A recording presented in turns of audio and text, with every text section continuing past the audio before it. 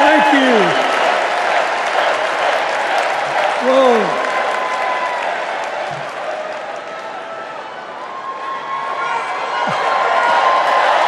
Let me ask you something.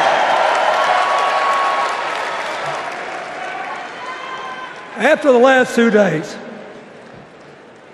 aren't you proud to be a Democrat?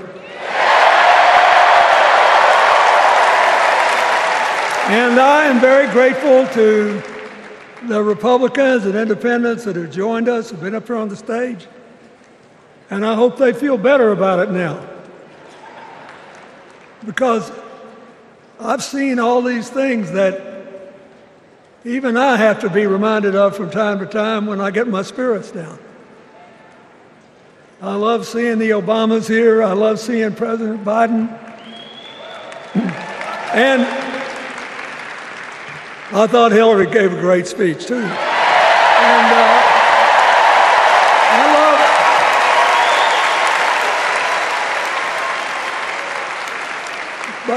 I love seeing all these young leaders.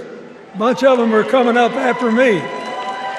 They look better, they sound better, and they'll be exciting. I do want to say one word about President Biden. Remember, he had an improbable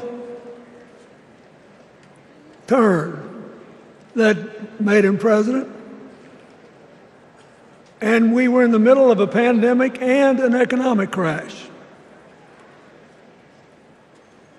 He healed our sick and put the rest of us back to work.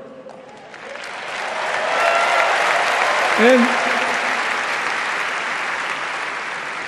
he strengthened our alliances for peace and security. He stood up for Ukraine. He's trying desperately to get a ceasefire in the Middle East.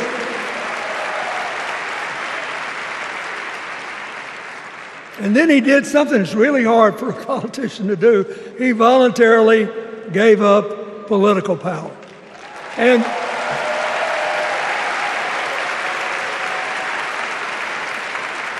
George Washington knew that, and he did it. And he set the standard for us serving 2 terms before it was mandatory. It helped his legacy, and it will enhance Joe Biden's legacy.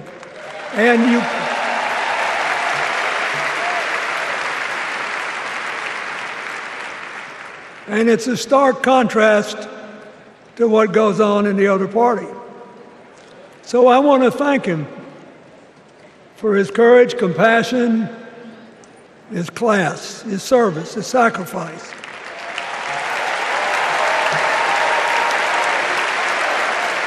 Joe Biden,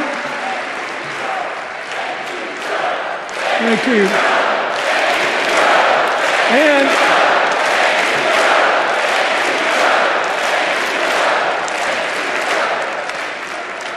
he kept the faith, and he's infected a lot of the rest of us. Now let's cut to the chase. I am too old to gild the lily. 2 days ago, I turned 78, the oldest man in my family of 4 generations. And the only personal vanity I want to assert is I'm still younger than Donald Trump.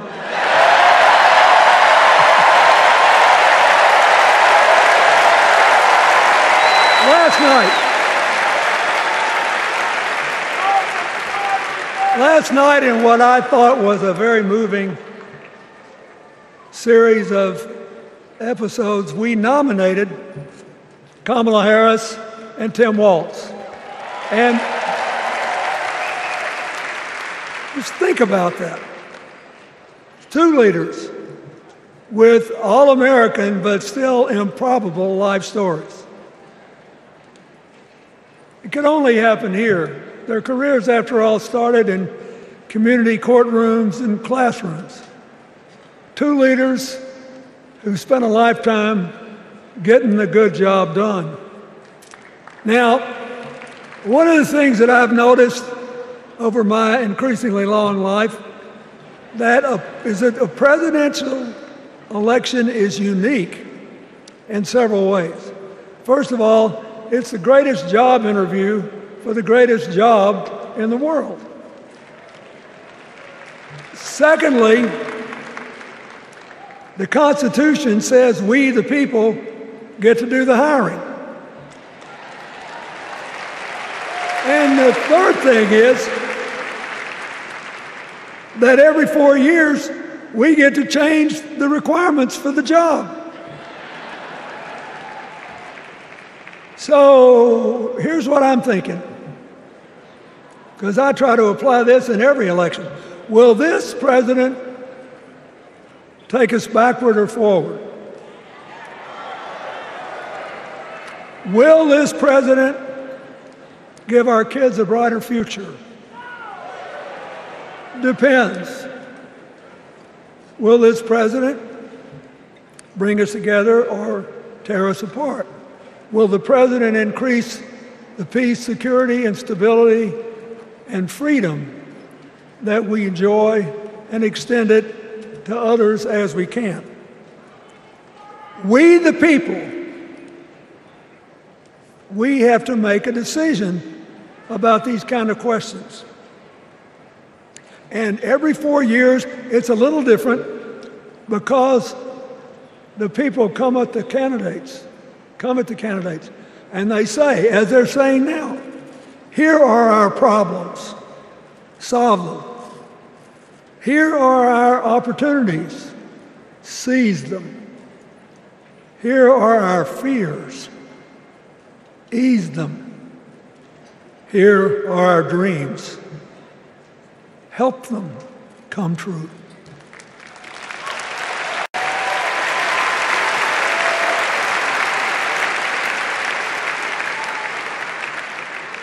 A president can answer that call by saying, I'll do my part, but you have to help me. We have to work together.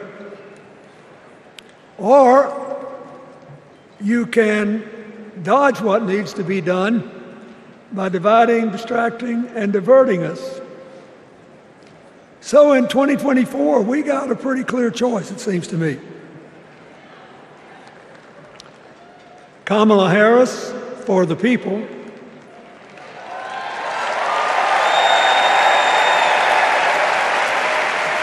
and the other guy who's proved even more than the first go-around that he's about me, myself, and I. I know which one I like better for our country.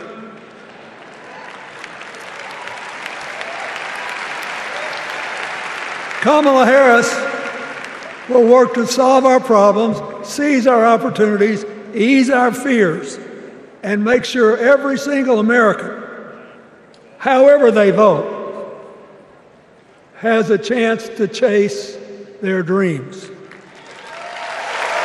You know, when she was young, she worked at McDonald's. And she greeted every person with that 1,000-watt smile and said, how can I help you? Now she's at the pinnacle of power and she's still asking, how can I help you?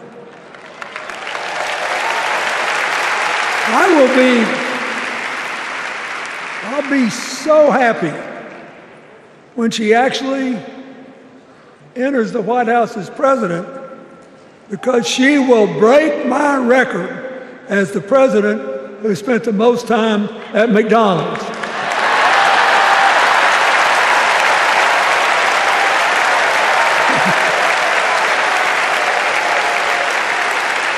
Now, but we got an election to win. And remember, we've got a guy that's pretty good at what he does. Donald Trump has been a paragon of consistency. He's still dividing, he's still blaming, he's still belittling other people. He creates chaos, and then he sort of curates it as if it were precious art. Let me say, not a single day goes by, even though I've been gone for well over 23 years from the White House, not a day goes by that I don't thank the Lord for the chance I had to serve and what it meant. And one of the reasons, thank you. Wait.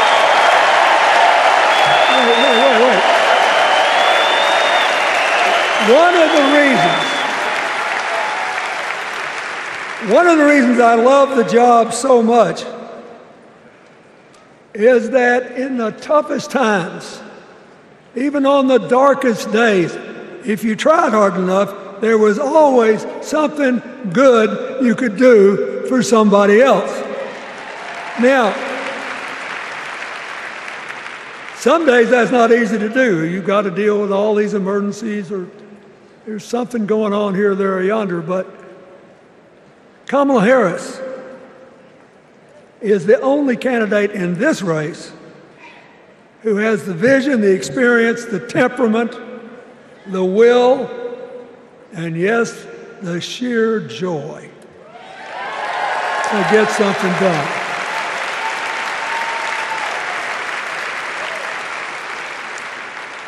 I mean, look, what does her opponent do with his voice? He mostly talks about himself, right?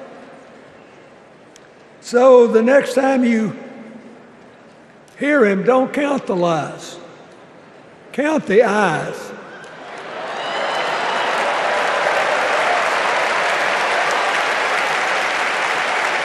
Count the eyes. His vendettas, his vengeance, his complaints, his conspiracies. He's like one of those tenors opening up before he walks out on stage, like I did, trying to get his lungs open by singing, me, me, me, me, me, me.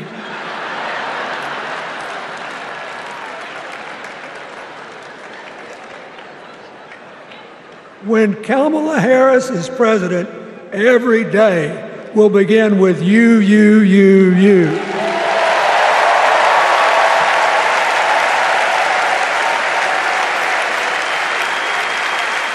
So, we got to ask ourselves the questions if we're going to hire a president. Do you want to build a strong economy from the bottom up and the middle out? Or do you want to spend the next 4 years talking about crowd size?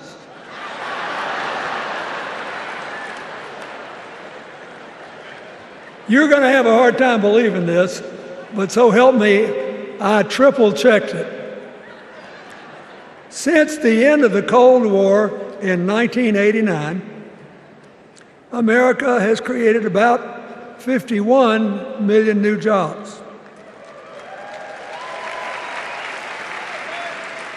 I swear I checked this 3 times. Even I couldn't believe it. What's the score?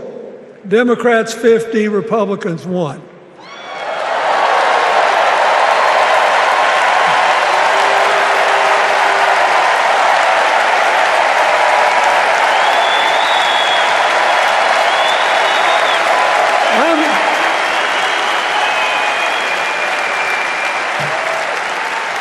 I'm glad that we've got a championship-winning coach on our team.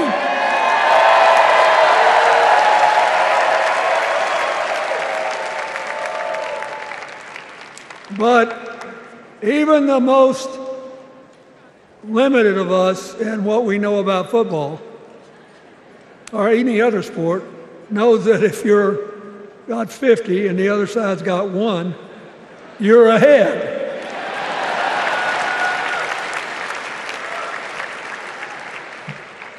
What about affordable housing? It's a terrible problem in America now. We need more. And affordable health care. That's why the Democrats put a limit on monthly payments for insulin and a $2,000 a year out-of-pocket limit, and are trying to cover more drugs by bargaining for prices. We need more financing for small businesses. We need still to strengthen our alliances.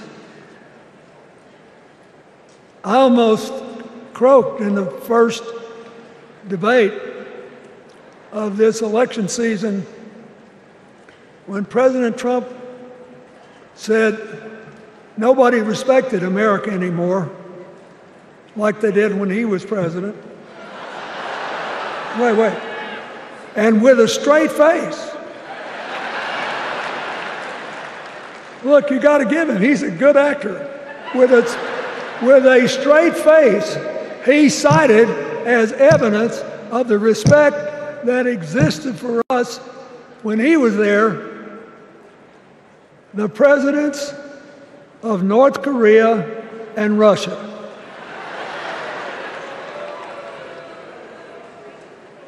I'd rather have the people who respect us now. And one of the things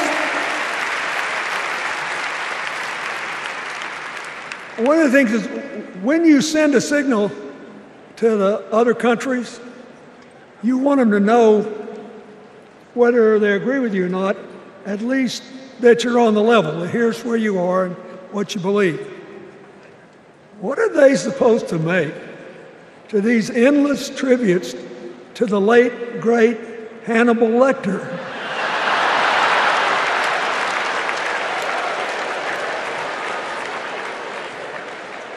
I mean, President Obama once gave me the great honor of saying I was the explainer-in-chief.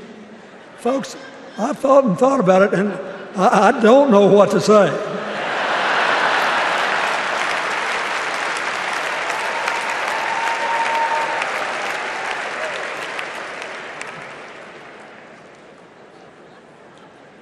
Like Hakeem Jeffries, I too want an America that's more joyful, more inclusive, more future-focused. Just think what a burden it's been on us to get up day after day after day after day, buried in meaningless hot rhetoric, when there's so many opportunities out there, so many problems that need to be solved. I want that. And that's the America Kamala Harris will lead.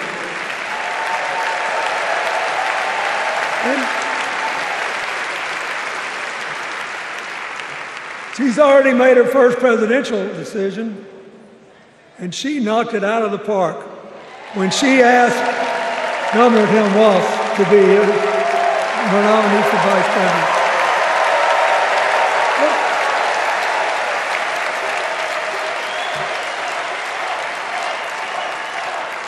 As they used to say when I was a young man growing up in Arkansas, you do not have to be all broke out with brilliance. You just look at Tim Walz, listen to him, follow his record as a teacher, as a coach in the National Guard, as a congressman where he was the only Democrat, save one, elected in that district in more than 100 years. And he stayed a long time. And then he became a great governor. And by all accounts, he was a crack shot who had the courage among his rural constituents to say, we do not need these assault weapons available to people who can kill our kids in school.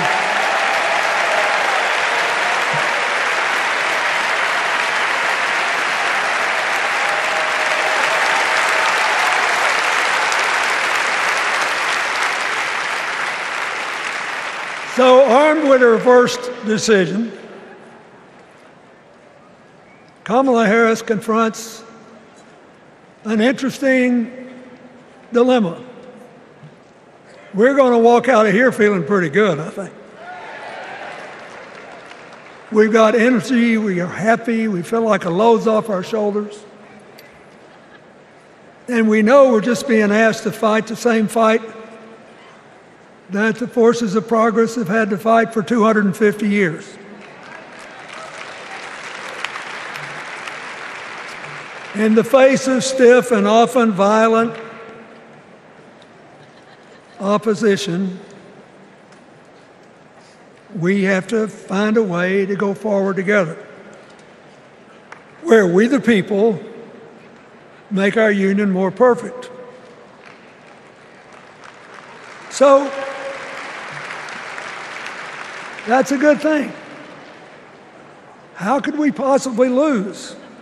Kamala Harris has fought for kids her whole life that were left out and left behind. She's taken on gangs trafficking across the border. She's fought to protect the rights of homeowners. She's been our leader in the fight for reproductive freedoms, and we know a majority of the American people are with us on that.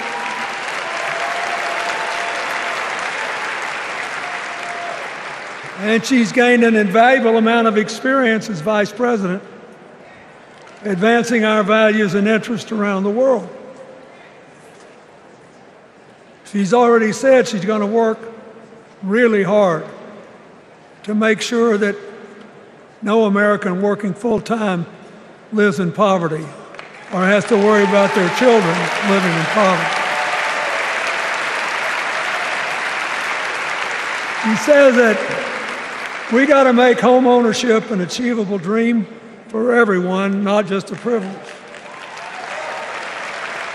She said that and this meant a lot to me, that she would protect everybody's right to vote, whether or not they voted for her. They were citizens and they deserved the right to vote.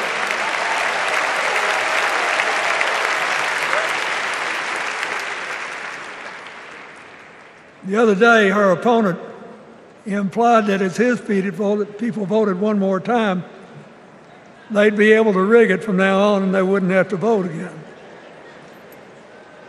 You think they're kidding, but I know a lot of these folks, and most of them are really good people, but some of them think that they are bound to dominate America politically, economically, and socially, and they have to use politics to do it, and they should rig the system. I don't believe that. And so here's what I want to tell you. We've seen more than one election slip away from us when we thought it couldn't happen, when people got distracted by phony issues or overconfident. This is a brutal, tough business. I want you to be happy. One of the reasons that President-to-be Harris is doing so well is that we're all so happy.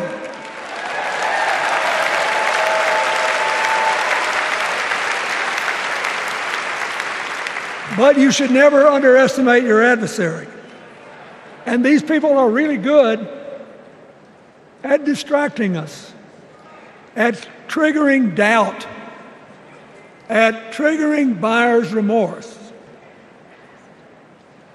As the Obama said so eloquently last night, they are human, you know. They're bound to make a mistake now and then. We got to be tough. And so, as somebody who spends a lot of time in small towns and rural areas in New York and Arkansas and other places, I urge you to talk to all your neighbors. I urge you to meet people where they are. I urge you not to demean them, but not to pretend you don't disagree with them if you do. Treat them with respect, just the way you'd like them to treat you.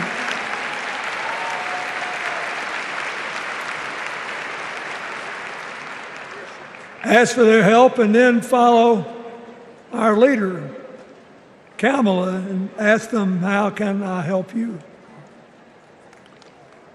We Democrats right now have a lot of hay in the barn. We've got massive achievements, massive advances, but there's still a lot of slips between today and Election Day that we have to navigate. And so I want to say this from the bottom of my heart. I have no idea how many more of these I'll be able to come to. I started in '76, and I've been to every one since. But no, 72. Lord, I'm getting old. But here's what I want you to know. If you vote for this team,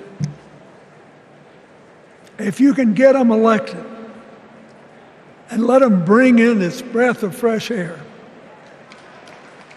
you will be proud of it for the rest of your life. Your children will be proud of it. Your grandchildren will be proud of it.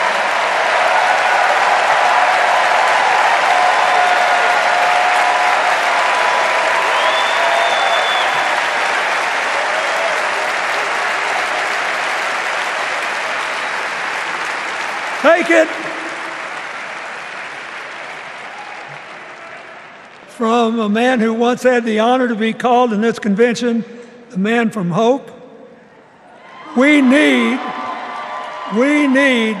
Kamala Harris, the president of joy, to lead us. So,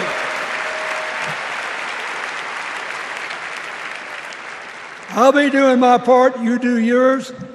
I'll see you when we're making a real joyful noise when the votes are counted. God bless you, and God bless America.